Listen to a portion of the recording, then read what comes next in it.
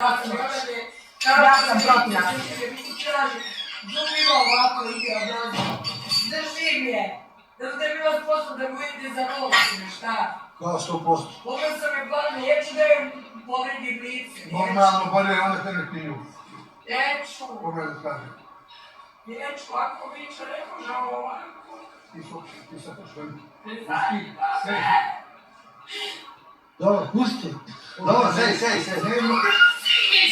Rekim da se svađa s ljudima. A mene pusti me! Evo ti izvoli se. Pusti me! Protivira! Ti sada znaš menja ti kaže, ne znaš da je da se sam bolestan, kurva mi! Nijete govornjata!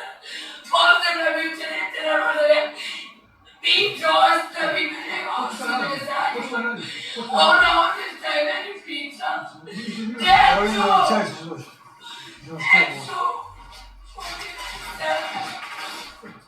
Pusti me, Mićo, nemoj mi pričat, sada me to ne. Ubijaš me psihički i ti.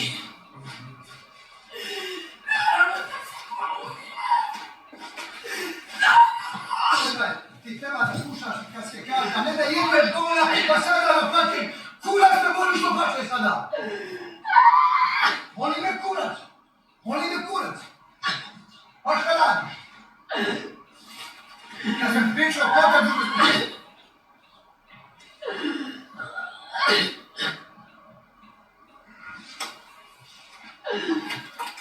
Ovo puta sam rekao, ostavi se budalaštine, vance stavlja. Ostavi me!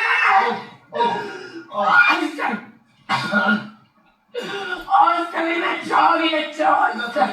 Ja te vidim. Sad me vidim.